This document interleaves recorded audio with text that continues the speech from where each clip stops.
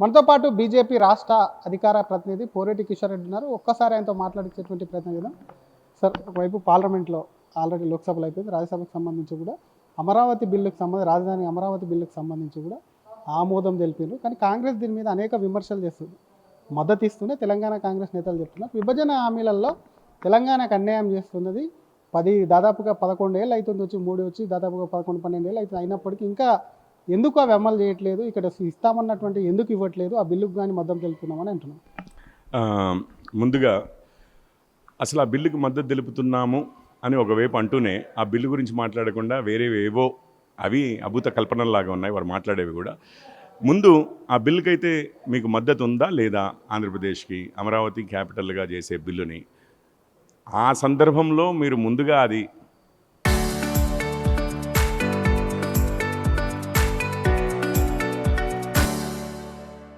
నొక్కి ఒక్క నుంచి మాట్లాడి దాని తర్వాత మన తెలంగాణ విషయాల గురించి మనం రోజు మాట్లాడే విషయమే తర్వాత మాట్లాడితే కొంచెం బెటర్గా ఉండేది. కాకపోతే ఇదేదో రెండింటిని కన్ఫ్యూజ్ చేసే విషయంలాగా అనిపించింది ఒకటి.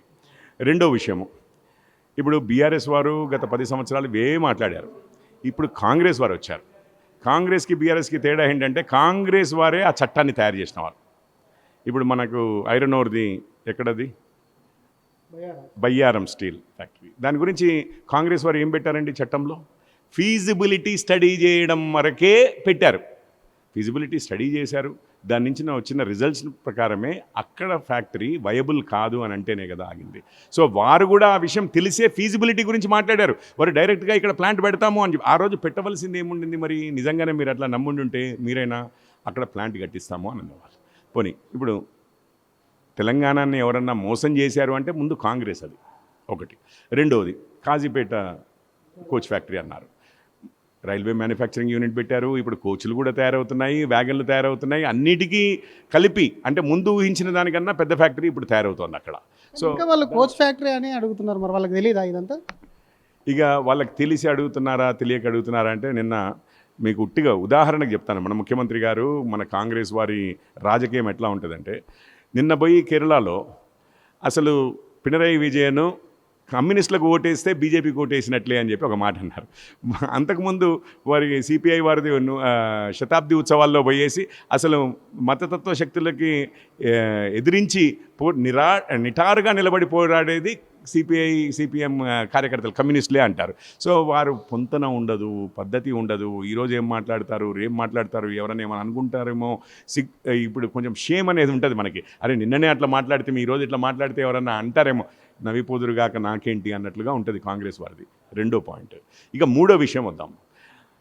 మూడో విషయం ఏంటంటే, అంతకుముందు బీఆర్ఎస్ వారు అన్నా, ఈరోజు కాంగ్రెస్ వారు అన్నా, ఎప్పుడెప్పుడైతే వారు ఏమీ చేయలేకపోతున్నారు అన్న సందర్భంలోనే నెపాన్ని, అదే కేంద్ర ప్రభుత్వం మీద ఏదో అటెన్షన్ డైవర్షన్ లాంటివి ఈ టాపిక్లు తీసుకొస్తూ ఉంటారు. రైట్? చట్టం చేసింది వారు, చట్టంలో వారు కల్పన చేసింది. ఇప్పుడు మన ట్రైబల్ యూనివర్సిటీ అన్నారు, అయిందా కాలేదా? మీకు తెలిసిందే, ఈవెన్ రేవంత్ రెడ్డి గారు మాట్లాడిందే లేకపోతే కాంగ్రెస్ వారు మాట్లాడిందే. అప్పుడు భూములు ఇవ్వవలసిన చోట ఇవ్వలేదు, సమయానికి ఇవ్వలేదు. మనం వరంగల్లో ఈవెన్ మెగా టెక్స్టైల్ ఇది పెడితే, పార్క్ పెడుతుంటే దానికి ల్యాండ్ అలొకేషన్కి ప్రాబ్లం చేశారు. కాజీపేటలో దీనికి ల్యాండ్ అలొకేషన్కి ప్రాబ్లం చేశారు, గుళ్ళ ల్యాండ్లని. ఒకసారి ఆ ట్రైబల్ యూనివర్సిటీకి ల్యాండ్ అలొకేషన్కి ప్రాబ్లం చేశారు బీఆర్ఎస్ వారు. అంటే కేంద్ర ప్రభుత్వం ఏదైనా చేస్తే వారికి ఎక్కడ క్రెడిట్ వస్తుందో ఇక్కడ రానియకూడదు అన్నట్లుగా వారు వ్యవహరించారు. అవన్నీ నిజంగానే వారు అట్లాగే చేశారు అని చెప్పి రేవంత్ రెడ్డి గారు కూడా చెప్పారు. మా ప్రభుత్వం అట్లాంటిది కాదు, నేను వచ్చాను ఇప్పుడు కేంద్రంతో కలిసి పనిచేసి అని చెప్పి.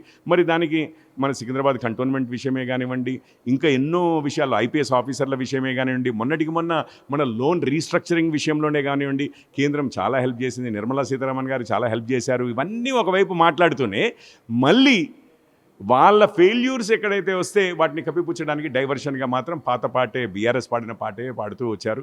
అండ్ ఇక్కడ రాష్ట్రంలో ఏదైనా అభివృద్ధి జరిగింది, ఏదైనా ఒక ఫ్యాక్టరీ ఓపెన్ అయిందా అని అంటే రామగుండం ఫర్టిలైజర్ ఫ్యాక్టరీ 6300 కోట్లతోటి, అట్లాగే మనకు దీంట్లో ఏది ఎఫ్సిఐది నేను అనేది, అట్లాగే మనకు ఎన్టీపీసీ థర్మల్ పవర్ స్టేషన్లు 800 మెగావాట్ల 2 యూనిట్లు, ఇవన్నీ మొదలైంది చేసింది. మన రైల్వే ఎలక్ట్రిఫికేషన్ కానివ్వండి, లైన్లు మార్చడం కానివ్వండి, లేకపోతే స్టేషన్లు అభివృద్ధి చేయడం కానివ్వండి, మనకు నేషనల్ హైవేస్ ఎక్స్టెన్సివ్గా ఎక్స్టెండ్ చేయడం, అన్నీ చేసింది. వీరు బీఆర్ఎస్ వారు కానీ వీరు కానీ ఏమన్నా ఒక్క అభివృద్ధి పని మేము ఇది చేశాము అని చెప్పుకోండి. వారు ఒక్కటే ఒక దాని మీద 1,00,000 కోట్లు అన్నారు కాళేశ్వరం. ఈరోజు నిజంగానే నీటిలో పోసిన డబ్బంతా నీటిలో పోసినట్లుగా వేస్ట్ అయిపోయింది అని చెప్పి మన జలశక్తి మంత్రి గారు కూడా అన్నారు. అంతకుముందే దాన్ని ఏటీఎంగా వాడుకున్నారని మనందరికీ తెలిసిన విషయమే అది వారు చేసింది. ఇప్పుడు వీరు ఏం చేశారు, ఏం చేయబోతున్నారు మన రాష్ట్రానికి? ఒకవైపు ఏఐ నుంచి థ్రెట్ వస్తుంది అని చెప్పి మాట్లాడుతూనే ఉన్నారు. వీరేమంటారు, గాంధీ సరోవర్ చేస్తాము, అందులో గైడ్లుగా పనిచేసుకోవచ్చు సాఫ్ట్వేర్ ఇంజనీర్లు. ఇక్కడ ఆల్టర్నేటివ్ జాబ్స్ అంటే మరి ఏముంటుందండి? గైడ్లు లాగానే ఉంటుంది కదా జాబ్స్. అసలు ఏమన్నా రాష్ట్ర పరిస్థితి ఏంటి? నిన్న బడ్జెట్ది సిఏజీ పోయిన సంవత్సరంది బడ్జెట్ రివ్యూ చేస్తే 3,00,000 కోట్లు పెట్టిన బడ్జెట్ 3,05,000 కోట్లు ఏమో పెట్టిన బడ్జెట్లో 2,40,000 కోట్లే ఖర్చు లెక్కలు చూపించారు. మిగిలిన 60,000 కోట్లు ఎటుపోయాయో తెలియదు అంటాను. ఒకవైపు కరప్షను, ఎక్స్టార్షను, చేతగానితనము, 6 గ్యారెంటీలు ఏమీ చేయకపోవడాన్ని, కాకపోతే రాగం మార్చి అటెన్షన్ డైవర్ట్ చేయడానికి ఇది బీఆర్ఎస్ వారు చేశారు, ఇప్పుడు కాంగ్రెస్ వారు ట్రై చేస్తున్నారు. ఆబ్వియస్లీ అప్పుడు ఫెయిల్ అయింది, ఇప్పుడు ఫెయిల్ అవుతుంది. కానీ ఐఐఎం కానీ ఐటీఐఆర్ లాంటి సంస్థలు కూడా ఇవ్వడం లేదు ప్రధానంగా. అట్లాంటివి వస్తే ఇక్కడ ఇంకా యువతకు కూడా పుష్కలమైనటువంటి ఉద్యోగాలు వస్తాయి, వాళ్ళ స్కిల్ పెరుగుతుంది. ఎందుకు ఐటీఐఆర్ కానీ గుజరాత్ లాంటి రాష్ట్రాలకు తరలించకపోయారు? పక్షపాతమే అని చెప్పి కూడా వాళ్ళు మాట్లాడారు. అసలు ఐటీఐఆర్ స్కీమే అది కర్ణాటకలో మా ప్రభుత్వమే ఉండింది కదా, మధ్యలో బీజేపీ ప్రభుత్వం. అక్కడ ఇక్కడ అనుకున్నది అది ఫీజిబుల్గా, అంటే ల్యాండ్ కావాల్సిన ఎన్నో ఎకరాల ల్యాండ్ ఏదైతే ఉందో, వేల ఎకరాల ల్యాండ్ ఏదైతే ఉందో అది అక్కడ ఇక్కడ ఫీజిబుల్గా లేదు అని, అసలు ఇప్పుడు అట్లా కాదు క్లస్టర్స్గా చేద్దాము అని చెప్పి పాలసీని మార్చారు అంతే. అండ్ ఐటీఐఆర్ కింద ఎంత కేంద్ర సహాయం ఉండవలసింది ఉందండి? అసలు చేయవలసింది ఎవరు? ఇన్ఫ్రాస్ట్రక్చర్ అంతా ల్యాండ్ చూపించవలసింది అంతా రాష్ట్రమే.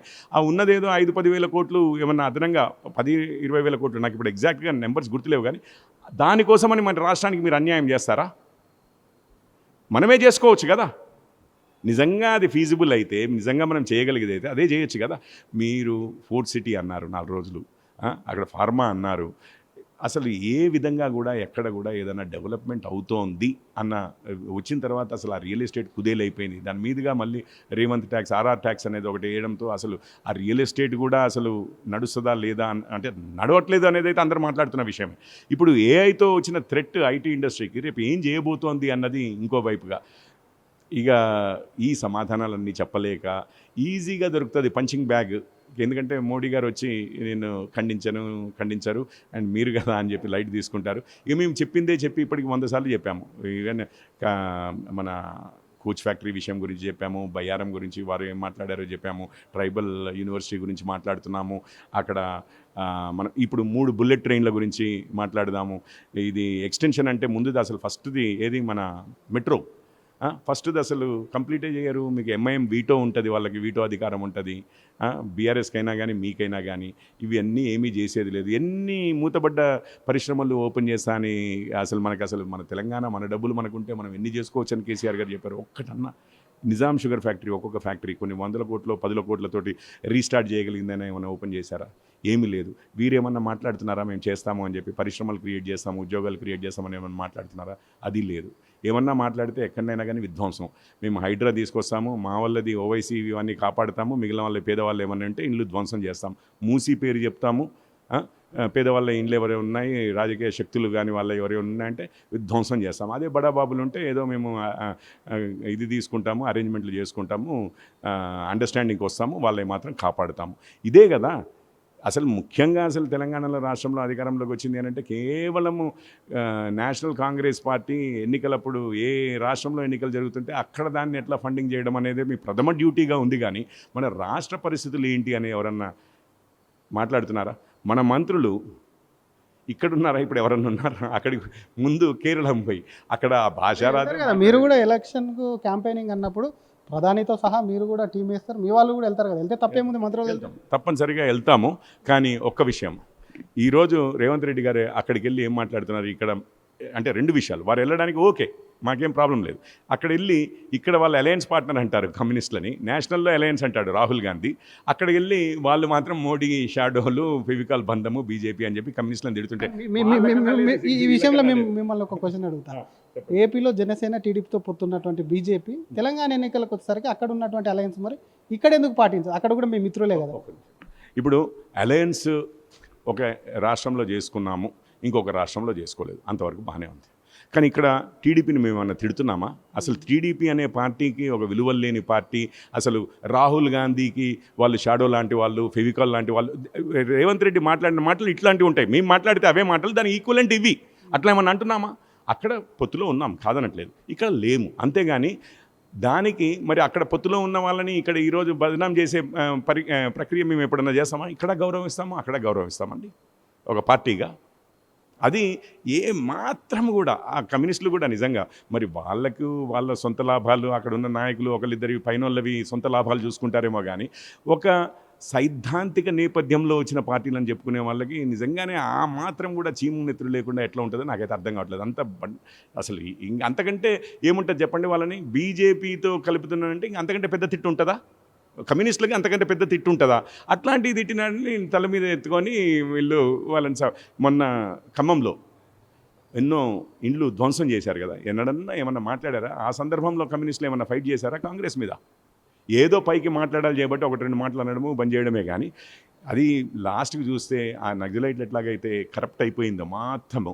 ఒకప్పుడు ఏదో హక్కుల కోసం వాటి కోసం అన్నది లాస్ట్కి ఏంటంటే వాళ్ళ ఓన్ అధికారం కోసం చేసినట్లుగా, వాళ్ళ ఓన్ ఈగో సాటిస్ఫాక్షన్ల కోసం చేసినట్టుగా ఎట్లాగైతే తయారయ్యి దిగజారిపోయిందో ఇప్పుడు కమ్యూనిస్టులు కూడా మన రాష్ట్రంలో అయితే 100% అదే పరిస్థితిలో ఉన్నట్టుగా అయితే క్లియర్గా కనిపిస్తుంది. లేకపోతే ఏ మాత్రము కొంచెమన్నా సెల్ఫ్ రెస్పెక్ట్ ఉన్న నాయకులు అయితే ఈ రోజుకి అసలు ఇక్కడ కాంగ్రెస్ వారిని అటు రాహుల్ని ఇటు రేవంత్ని కడిగి పారేసి రేవంత్ రెడ్డి మీద యాక్షన్ తీసుకోవాలని చెప్పి రాహుల్ గాంధీ ఇంటి ముందు ధర్నా చేసేవాళ్ళు మన రాష్ట్ర కమ్యూనిస్ట్ నాయకులు. కానీ ఎక్కడుంది?